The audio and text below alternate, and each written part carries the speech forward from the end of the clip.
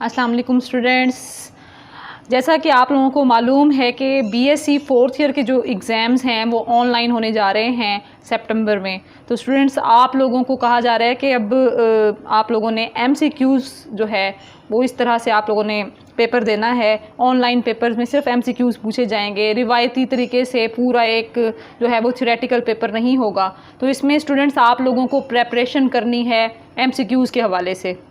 अच्छा स्टूडेंट्स, इसमें आप लोगों ने बिल्कुल जो है वो परेशान नहीं होना। आप लोगों ने बुक रीडिंग करके इसमें एमसीक्यूज़ बनाने हैं और मेरा नहीं ख्याल कि अभी तक मार्केट में ऐसी कोई बुक वगैरह अवेलेबल हो, क्योंकि ये रिसेंटली ऐसा हुआ है, ये अनाउंसमेंट हुई है, तो इसीलिए अभी तक कोई ऐसी बुक्स भी मार्केट में अवेलेबल नहीं होंगी।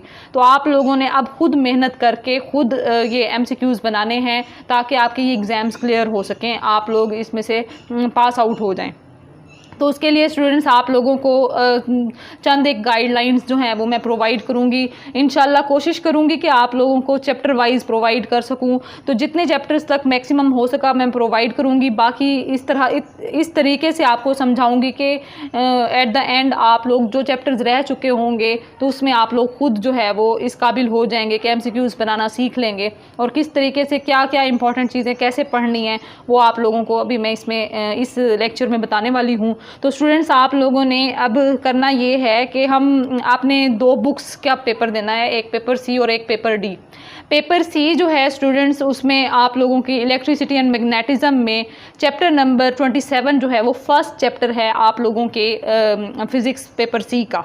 तो स्टूडेंट्स हम लोगों ने सबसे पहले चैप्टर नंबर 27 को डिस्कस करना है। इसमें चंद एक एमसीक्यूज़ इस चैप्टर में बनाना सिखाऊंगी मैं आप लोगों को, और आप लोगों ने स्टूडेंट्स क्या करना है, ये एमसीक्यूज़ बनाने हैं और मुझे जो है वो आप लोगों ने सेंड करने हैं ताकि मैं उनको चेक कर सकूं और आप लोगों को बता सकूं कि आप बिल्कुल ठीक बना रहे हैं।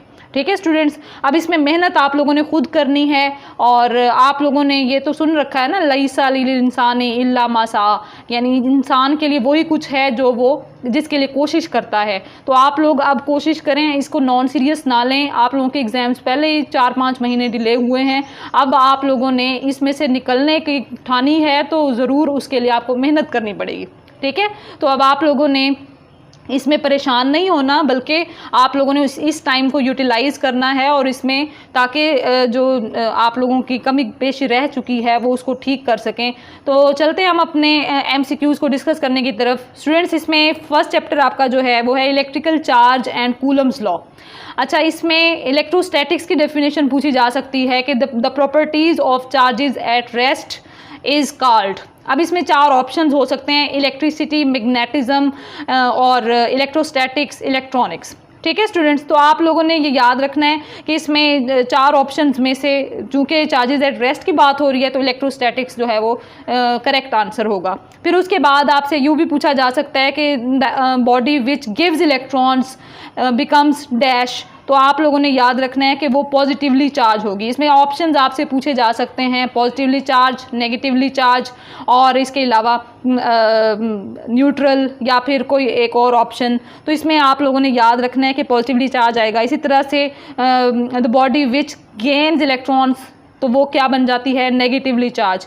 अब चार्जेस ऑफ सिमिलर साइंस या same charges repel each other and opposite charges attract each other, इसका भी ऑब्जेक्टिव बन सकता है आप लोगों से।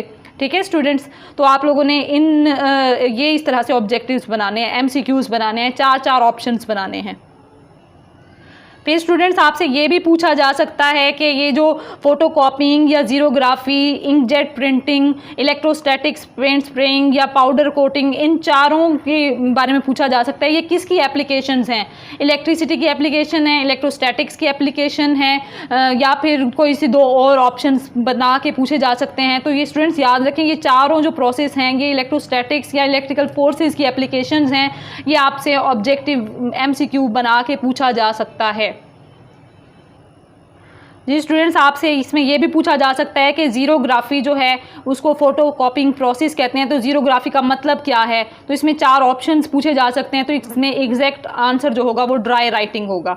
इसके अलावा मेन पार्ट्स के बारे में पूछा जा सकता है, इसके कितने मेन पार्ट्स हैं? 5 मेन पार्ट्स हैं, या उनके नामों में से जो है वो आप लोगों को नामों के बारे में पूछा जा सकता है। तो स्टूडेंट्स इसका MCQ बन सकता है। फिर उसके बाद आपसे पूछा जा सकता है कि ज़ीरोग्राफी में जो ड्रम होता है, रोटेटिंग ड्रम, वो किस मेटल का बना हुआ होता है, तो वो एल्यूमिनियम और कॉपर, सिल्वर, गोल्ड एटसेट्रा, कोई भी 4 ऑप्शंस पूछे जा सकते हैं। तो इसमें एग्जैक्ट जो आंसर होगा वो क्या होगा स्टूडेंट्स? एल्यूमिनियम। फिर उसके बाद आपसे पूछा जा सकता है कि एल्यूमिनियम का जो सिलेंडर है वो उस पर किस मेटल की जो है वो कोटिंग की हुई होती है, तो वो सिलीनियम है, ये एक फोटो कंडक्टर होता है स्टूडेंट्स। ये आपसे एमसीक्यू पूछा जा सकता है। फिर उसके बाद आपसे ये पूछा जा सकता है कि ऐसे मटेरियल्स जिनमें से इलेक्ट्रिसिटी पास हो सके, चार्जेस फ्लो कर सकें, उनको क्या कहते हैं? तो ऑब्वियस सी बात है, उसमें 4 ऑप्शन पूछे जा सकते हैं, इंसुलेटर्स, कंडक्टर्स, सेमीकंडक्टर्स और सुपर कंडक्टर्स फर्ज करें। तो ये 4 ऑप्शंस में से आप कंडक्टर्स को टिक करेंगे, या आपसे इसकी एग्जांपल्स का ऑप्शन पूछा जा सकता है कि metals, human body, tap water और उसके अलावा गिलास। ये 4 आप लोगों से पूछे जा सकते हैं ऑप्शंस। इसमें से बताएं इंसुलेटर्स कौन से हैं। तो स्टूडेंट्स आप देखें इसकी एग्जांपल्स में गिलास जो है वो इंसुलेटर है और बाकी सारे के सारे कंडक्टर्स थे, तो इस वजह से गिलास सही ऑप्शन होगा। फिर इसी तरह से आपसे ये भी पूछा जा सकता है मटेरियल्स जिसमें से चार्जेस फ्लो ना कर सकें वो क्या कहलाते हैं? इंसुलेटर्स। तो इसमें 4 ऑप्शंस बना के पूछा जा सकता है, इसकी एग्जांपल्स के 4 ऑप्शन बना के पूछे जा सकते हैं। ठीक है स्टूडेंट्स। इसके बाद आपसे ये पूछा जा सकता है कि हॉल इफ़ेक्ट जो है वो हमें क्या बताता है? वो हमें कंडक्शन इलेक्ट्रॉन्स या फ्री इलेक्ट्रॉन्स के बारे में बताता है। तो ये कौन सा इफ़ेक्ट होगा? Hall effect. इसके अलावा बाकी 4 ऑप्शंस बना दिए जाएंगे, तो आपने हॉल इफ़ेक्ट को जो है वो क्लिक करना होगा। और उसके बाद फिर आपसे ये पूछा जा सकता है कि नंबर ऑफ़ कंडक्शन इलेक्ट्रॉन्स जो कि कंडक्टर्स में होते हैं वो कितने हो सकते हैं? तो इसमें 10⁻23, 10⁻26, 10⁻20, 10⁻22। तो आप लोगों ने सही ऑप्शन 10⁻23 कंडक्शन इलेक्ट्रॉन्स पर सेंटीमीटर क्यूब जो है ये इसका करेक्ट आंसर होगा। फिर इंसुलेटर्स में जो है वो कितने इलेक्ट्रॉन्स, कंडक्शन इलेक्ट्रॉन्स हो सकते हैं? तो हार्डली, बहुत मुश्किल है कि एक कंडक्शन इलेक्ट्रॉन हो। फिर सेमीकंडक्टर्स की एग्जांपल्स कंसीडर की जा सकती हैं कि सेमीकंडक्टर्स इनमें से कौन कौन से हैं। तो अगर कॉपर, सिल्वर, जर्मेनियम और उसके बाद लेड, ये 4 ऑप्शन दिए जाएं तो जर्मेनियम जो है वो एक सेमीकंडक्टर है, तो वो सही आंसर होगा। ठीक है स्टूडेंट। फिर उसके बाद आपसे ये पूछा जा सकता है कि नंबर ऑफ कंडक्शन इलेक्ट्रॉन्स पर सेंटीमीटर क्यूब इन सेमीकंडक्टर्स, उसकी वैल्यूज़ पूछी जा सकती हैं कि 10⁻10 से 12 है, या 10⁻12 से 14 है, या 10⁻14 से 16 है। तो ये 4 ऑप्शंस बना के पूछे जा सकते हैं, तो एग्जैक्ट आंसर ये होगा। फिर उसके बाद आपसे ये भी पूछा जा सकता है कि डेंसिटी ऑफ कंडक्शन इलेक्ट्रॉन्स बढ़ाने का कितने तरीके हैं? तो वो 4 तरीके आप लोगों ने यहाँ पे पढ़े हुए हैं। इन 4 तरीकों में से कोई इसका नाम भी पूछा जा सकता है कि एडिंग स्मॉल इम्प्योरिटी, या फिर इंक्रीज द अप्लाइड वोल्टेज, फिर इंक्रीजिंग द टेम्परेचर, या increasing the intensity of light. तो स्टूडेंट्स याद रखें, ये आप लोग अपनी बुक साथ रखिएगा ताकि जो मैं पढ़ा रही हूँ वो आपको साथ साथ पता भी चलता रहे कि मैं कहाँ से पढ़ा रही हूँ। अच्छा स्टूडेंट्स, आपसे ये भी पूछा जा सकता है कि वो चार्ज बॉडीज़ जो जिनका साइज़ जो है उनसे उनके दरमियान डिस्टेंस के मुकाबले में बहुत ज़्यादा स्मॉल हो, तो उनको हम कौन से चार्ज कहते हैं? सोर्स चार्ज कहते हैं, पॉइंट चार्ज कहते हैं, पॉजिटिव चार्ज कहते हैं, या नेगेटिव चार्ज कहते हैं? ये ऑप्शन बन सकते हैं। तो आप लोगों ने पॉइंट चार्ज को क्लिक करना होगा। फिर उसके बाद क्वांटाइजेशन ऑफ चार्ज से पूछा जा सकता है कि ये जो फार्मूला आप अप्लाई करके कोई भी आप नंबर ऑफ चार्जेस कैलकुलेट कर सकते हैं। तो आपसे कहा जा सकता है कि एक कूलम चार्ज में कितने नंबर ऑफ इलेक्ट्रॉन्स हैं, तो आप यहां से कैलकुलेट कर सकते हैं N = Q divided by E जो है वो फार्मूला अप्लाई करके, इसी फार्मूला को यूज़ करते हुए। ठीक है स्टूडेंट्स। फिर उसके बाद आपसे ये भी पूछा जा सकता है कि क्वांटाइज्ड क्वांटिटी कौन सी होती है जिसकी वैल्यूज़ डिस्क्रीट होती हैं, यानी इशारिया में जिनकी वैल्यूज़ ना हो। तो आपसे पूछा जा सकता है कि 1.23 इलेक्ट्रॉन जो है वो क्या ये एक डिस्क्रीट या क्वांटाइज्ड क्वांटिटी है? तो आप कहेंगे बिल्कुल नहीं है। ठीक है, तो इस तरह से ये बात पूछी जा सकती है आप लोगों से। और फिर यूँ पूछा जा सकता है कि ये क्वार्क्स के बारे में पूछा जा सकता है स्टूडेंट्स कि elementary theory of elementary particles में प्रोटॉन्स और न्यूट्रॉन्स जो हैं वो एलिमेंट्री पार्टिकल्स नहीं हैं, सिर्फ एलिमेंट्री पार्टिकल्स कौन से हैं? इलेक्ट्रॉन्स। तो आपसे पूछा जा सकता है कि according to theory of elementary particles कौन कौन से पार्टिकल्स जो हैं वो एलिमेंट्री पार्टिकल्स नहीं हैं। तो आप लोगों से ये ऑप्शंस बना के पूछा जा सकता है। तो स्टूडेंट्स याद रखें कि सिर्फ इलेक्ट्रॉन्स ही एलिमेंट्री पार्टिकल्स हैं, तो आप लोगों ने इस चीज़ को याद रखना है। फिर ये ये भी पूछा जा सकता है कि प्रोटॉन और न्यूट्रॉन्स कौन से फिर पार्टिकल्स हैं, तो ये कंपोजिट पार्टिकल्स हैं और ये मिल के बनते हैं मज़ीद फंडामेंटल पार्टिकल्स जिनको हम क्वार्क्स का नाम देते हैं। अब क्वार्क्स में भी इसकी कैटेगरीज हैं, अप क्वार्क्स, डाउन क्वार्क्स। तो इसमें मैंने आप लोगों को जब पढ़ाया था उस वक्त भी बताया था कि प्रोटॉन्स और न्यूट्रॉन्स जो हैं ये 3 क्वार्क्स से मिलके बनते हैं। आपसे ये सवाल पूछा जा सकता है कि protons and neutrons are made up of how many quarks, तो आपसे पूछा जाएगा 2, 3, 4, 5। तो आप लोगों ने याद रखना है कि 3 क्वार्क्स से मिलके बनते हैं प्रोटॉन्स भी और न्यूट्रॉन्स भी। तो इसमें प्रोटॉन्स जो हैं वो इन पे पॉजिटिव चार्ज होने की वजह से 2 अप क्वार्क्स जिनका चार्ज है +2/3e और एक डाउन क्वार्क जिसका चार्ज है -1/3e। तो ये ऑप्शन बना के पूछे जा सकते हैं, इनके चार्जेस जो हैं वो ऑप्शन बना के पूछे जा सकते हैं, तो ये आपने याद रखना है। फिर उसके बाद आपसे ये भी पूछा जा सकता है कि न्यूट्रॉन जो है इस पर कितना चार्ज होता है, इस पर 0 चार्ज होता है, ये बना जो है ऑब्जेक्टिव बना के पूछी जा सकती है। फिर ये कितने क्वार्क से मिलके बनता है, 3 क्वार्क से। कितने, इसमें से 2 जो हैं वो डाउन क्वार्क्स होंगे जिनका चार्ज होता है -1/3e और एक अप क्वार्क होता है जिसका चार्ज होता है +2/3e। तो स्टूडेंट्स ये भी आपसे जो है वो ऑब्जेक्टिव बना के पूछी जा सकती है। तो आपने इसमें बताना होता है कि ये जो आपके पास इन सबको ऐड करें तो आंसर आपके पास 0 आ जाएगा, तो ये किसका चार्ज आ जाएगा, न्यूट्रॉन का चार्ज आ जाएगा। इसी तरह से क्वार्क्स जो हैं वो प्रोटॉन और न्यूट्रॉन्स के जो अंदर मौजूद हैं, but yet it is impossible to create free quark. हम फ्री क्वार्क फिर भी क्रिएट नहीं कर सकते, ये ऑब्जेक्टिव बन के पूछ सकते हैं। अब कंजर्वेशन ऑफ चार्जेस से ये स्टूडेंट्स ऑब्जेक्टिव बना के पूछी जा सकती है कि जब 2 बॉडीज़ को रब किया जाता है तो इसको क्या कहते हैं। इसको कहते हैं कि वो इलेक्ट्रीफाइड हो गए हैं। या फिर आपसे स्टूडेंट्स ये भी पूछा जा सकता है कि electric charges can never be created, can nor be destroyed. तो ये किसकी स्टेटमेंट है, तो स्टूडेंट्स ये याद रखें, ये है कंजर्वेशन ऑफ चार्ज की स्टेटमेंट। ठीक है, तो ये आपसे ऑप्शन बना के पूछे जा सकते हैं। 4 ऑप्शन बनाएंगे जिसमें से एग्जैक्ट ऑप्शन जो होगा या करेक्ट ऑप्शन जो होगा वो क्या होगा, कंजर्वेशन ऑफ चार्ज। फिर उसके बाद पेयर प्रोडक्शन क्या होती है, आप लोगों को ये मैंने बताया था कि जब आप ये गैमा रे फोटोन होता है, इसको ये जब हाई एनर्जी गैमा फोटोन होता है स्टूडेंट्स, ये कन्वर्ट हो जाता है कि इसमें एक इलेक्ट्रॉन एक पॉजिट्रॉन पेयर में। तो इस वजह से ये चूँकि ये पेयर बन रहा होता है इसलिए इसको पेयर प्रोडक्शन कहते हैं। तो आपसे ये पूछा जा सकता है कि पेयर प्रोडक्शन में कौन कौन से जो हैं वो पार्टिकल्स या एंटी पार्टिकल्स बनते हैं। तो ये आपसे इलेक्ट्रॉन प्रोटॉन, इलेक्ट्रॉन पॉजिट्रॉन, ये 4 ऑप्शंस बना के पूछे जा सकते हैं। तो आपने इलेक्ट्रॉन पॉजिट्रॉन पेयर का बताना है, ये जो करेक्ट आंसर है। ठीक है, अच्छा, फिर उसके बाद आपसे एनिहिलेशन के बारे में पूछा जा सकता है कि जब इलेक्ट्रॉन और पॉजिट्रॉन को एक दूसरे के अंदर मर्ज किया जाए तो वो क्या होगा, वो 2 गैमा रे फोटॉन्स में कन्वर्ट हो जाएगा। तो इस प्रोसेस को क्या नाम दिया जाता है, पेयर एनिहिलेशन का। तो स्टूडेंट्स ये आपसे ऑब्जेक्टिव बना के पूछी जा सकती है कि जब 2 पॉजिट्रॉन मिलें और 2 गैमा रे फोटॉन्स बने तो इसको हम क्या नाम देते हैं, पेयर प्रोडक्शन का, पेयर एनिहिलेशन का, या कॉम्पटन इफेक्ट का, या फोटो इलेक्ट्रिक इफेक्ट का। ये मतलब 4 आपसे ऑप्शंस बना के पूछे जा सकते हैं। तो स्टूडेंट्स आप लोगों ने करेक्ट आंसर बताना होगा पेयर एनिहिलेशन। ठीक है,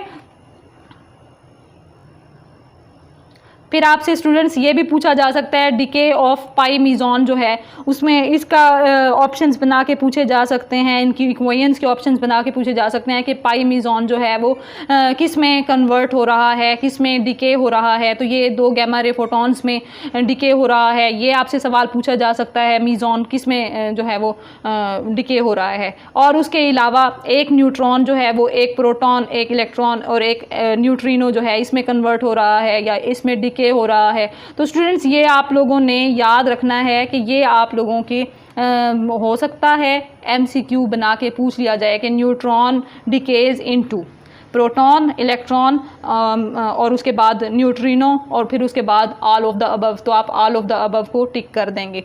ठीक है, तो ये आप लोगों के ऑप्शंस डिफरेंट बनाए जा सकते हैं जो आप लोगों ने अपने रिटन नोट्स में बनाने हैं। अब कूलम्स लॉ की स्टेटमेंट आपसे ऑब्जेक्टिव बना के पूछी जा सकती है। ठीक है, अच्छा, स्टेटमेंट बताएंगे और उसमें कहेंगे कि ये कौन सा लॉ है, कूलम्स लॉ है, फैराडेज लॉ है, लेंज लॉ है या कोई एम्पियर्स लॉ है। मतलब 4 ऑप्शंस बनाएंगे तो इसमें आप बताएंगे कि वो कूलम्स लॉ है। तो याद रखें स्टूडेंट्स, इलेक्ट्रोस्टैटिक्स में एक कूलम्स लॉ, गॉसेस लॉ, ये ऑप्शन ज़रूर बन सकते हैं। फिर उसके बाद आप लोगों ने ये देखना है कि इसकी मैथमेटिकल फॉर्म जो है वो आपसे पूछी जा सकती है, F = K Q1 Q2 over R square. तो K क्या है, इस K का क्या नाम है, ये कूलम्स इलेक्ट्रोस्टैटिक कांस्टेंट है। तो स्टूडेंट्स ये याद रखना है आप लोगों ने। और ये किन फैक्टर्स पे डिपेंड करता है, 4 ऑप्शंस बना के पूछे जा सकते हैं। तो याद रखें ये 2 फैक्टर्स पे डिपेंड करता है, सिस्टम ऑफ यूनिट्स और मीडियम बिटवीन चार्जेस, ये 2 फैक्टर्स पे डिपेंड करता है। इसके अलावा बाकी जितने शेप्स के बारे में, इन चीज़ों के बारे में पूछा जाए तो आप नहीं बताएंगे, सिर्फ इन 2 चीज़ों को जो है वो कंसीडर करेंगे, 2 फैक्टर्स को। फिर उसके बाद आपसे ये भी पूछा जा सकता है कि K की वैल्यू कितनी है। तो वो आपको पता है 9 × 10⁹ न्यूटन मीटर स्क्वायर पर कूलम स्क्वायर है। और ये एप्सिलॉन नॉट क्या है, ये परमिटिविटी ऑफ फ्री स्पेस है। और इसकी SI यूनिट्स के साथ वैल्यू क्या है, 8.85 × 10⁻⁻12 कूलम स्क्वायर पर न्यूटन मीटर स्क्वायर। तो स्टूडेंट्स ये ऑप्शंस डिफरेंट वैल्यूज़ बना के या इनके यूनिट्स चेंज करके ऑप्शंस पूछे जा सकते हैं। ये आप लोगों ने इसको जो है MCQ के तौर पे बनाना है, या इसकी यूनिट्स या फिर इसकी डायमेंशंस, ये स्टूडेंट्स आपके MCQs बनाए जा सकते हैं। फिर ये भी पूछा जा सकता है कि कूलम फोर्स जो है वो म्यूचुअल फोर्स है, इसका मैथमेटिकल अगर हम लिखना चाहें तो F12 = -F21 या F21 = -F12। तो ये जो है ये इसके 4 ऑप्शंस बना के पूछे जा सकते हैं। फिर आप लोगों से ये भी पूछा जा सकता है कि रिजल्टेंट फोर्स जो है वो वेक्टर सम होती है all the forces acting on the body. तो वो इस प्रिंसिपल को क्या नाम दिया जाता है। तो ये प्रिंसिपल आप लोगों से डिफरेंट 4 ऑप्शन बनाए जा सकते हैं कि ये कौन सा प्रिंसिपल हो सकता है। ये हाइगन्स प्रिंसिपल हो सकता है, ये सुपरपोजिशन प्रिंसिपल हो सकता है, या 4 ऑप्शन या अनसर्टेनिटी प्रिंसिपल हो सकता है। 4 ऑप्शंस बना दिए जाएंगे। तो इसमें आप लोगों ने याद रखना है कि जब हम फोर्सेस की बात कर रहे होते हैं, सम ऑफ द फोर्सेस की, तो वो प्रिंसिपल ऑफ सुपरपोजिशन होता है। ये ऑप्शन करेक्ट ऑप्शन होगा, ठीक है। आपको स्टूडेंट्स इस चैप्टर के एंड में कूलम्स लॉ और न्यूटन्स लॉ ऑफ ग्रेविटेशन का जो कंपैरिजन दिया गया है, या ग्रेविटेशनल और इलेक्ट्रोस्टैटिक फोर्सेस का कंपैरिजन दिया गया है, इसमें से भी डिफरेंट ऑप्शंस बना के MCQs बना के पूछे जा सकते हैं। इनके फार्मूलाए के G की वैल्यू की जो है वो आपसे विद यूनिट्स आपसे पूछी जा सकती है MCQ बना के, ठीक है। और फिर उसके बाद दोनों कंजर्वेटिव फोर्सेस हैं, नॉन कंजर्वेटिव फोर्सेस हैं। यानी आपसे यूँ पूछा जा सकता है कि ग्रेविटेशनल फोर्स कंजर्वेटिव फोर्स है, नॉन कंजर्वेटिव फोर्स है, इलेक्ट्रोस्टैटिक फोर्स है, या फिर कोई और नॉर्मल फोर्स है। कोई भी फोर्स के 4 ऑप्शंस बनाए जा सकते हैं। तो आप लोगों ने ये याद रखना है ये कंजर्वेटिव फोर्स है। तो स्टूडेंट्स इसको आपने जहन में रखना है। फिर दोनों जो है वो इन्वर्स स्क्वायर लॉ को ओबे करती हैं। ये ऑप्शन बना के पूछा जा सकता है कि ये किसको ओबे करती हैं, कौन से लॉ को ओबे करती हैं, ठीक है। अच्छा जी, फिर उसके बाद आपसे ये भी पूछा जा सकता है कि ग्रेविटेशनल जो फोर्स है उसमें वो किस पे डिपेंड करती है, प्रोडक्ट ऑफ मैसेज पे, और जो आपके पास कूलम्स फोर्स है वो प्रोडक्ट ऑफ चार्जेस पे डिपेंड करती है। ये ऑप्शन बना के पूछा जा सकता है। और इलेक्ट्रिक फोर्स जो है वो हो सकता है अट्रैक्टिव हो या रिपल्सिव हो, लेकिन जो ग्रेविटेशनल फोर्स होती है वो सिर्फ और सिर्फ अट्रैक्टिव होती है। ये MCQs में पूछा जा सकता है। इसी तरह से इलेक्ट्रोस्टैटिक फोर्स किन किन फैक्टर्स पे डिपेंड करती है। मीडियम डिपेंडेंट तो होती ही है, और इसको हम शील्ड भी कर सकते हैं, इसको रोक भी सकते हैं, लेकिन ग्रेविटेशनल फोर्स जो है इसमें ये प्रॉपर्टी मौजूद नहीं होती। तो स्टूडेंट ये मैंने चैप्टर नंबर 27 जो है उसका मैंने आपको ये गो थ्रू किया है। इसमें डिफरेंट MCQs कैसे बन सकते हैं। अब आपने स्टूडेंट्स क्या करना है, इन MCQs को रिटन फॉर्म में मेरे नोट्स बना के मुझे दिखाने हैं, ताकि मैं आपको बता सकूँ कि आपने बिल्कुल ठीक बनाए हैं। एटलीस्ट आपके पास अभी भी काफ़ी टाइम है, आप जो ये मेहनत करके अपने आप को इस एग्ज़ाम से जो है वो पास आउट कर सकते हैं, ठीक है स्टूडेंट्स। अच्छा, उसके बाद आप लोगों से जो न्यूमेरिकल प्रॉब्लम्स हैं इसमें छोटी छोटी कैलकुलेशंस करके भी मतलब पूछा जा सकता है कि find the charge, find the number of electrons, या डिफरेंट जो है वो आपकी छोटे छोटे स्टेटमेंट वाले न्यूमेरिकल प्रॉब्लम्स वो भी MCQs बना के पूछे जा सकते हैं। तो स्टूडेंट्स आप लोगों ने इस हवाले से खुद प्रेपरेशन करनी है, मेहनत करनी पड़ेगी। कुछ दिन हैं, कुछ दिनों के लिए मेहनत करें और अपने आप को इस जो 6 महीनों से इंतज़ार की आप सूली पे लटक रहे हैं, इसको मतलब गो थ्रू करें, ताकि आप लोगों के लिए आपकी मेहनत जो है वो सुकून का सबब बन सके, आप लोगों का साल ज़ाया ना हो। तो स्टूडेंट्स, इंशाल्लाह फिर नेक्स्ट चैप्टर के साथ मुलाकात होगी। तब तक के लिए अल्लाह हाफिज़।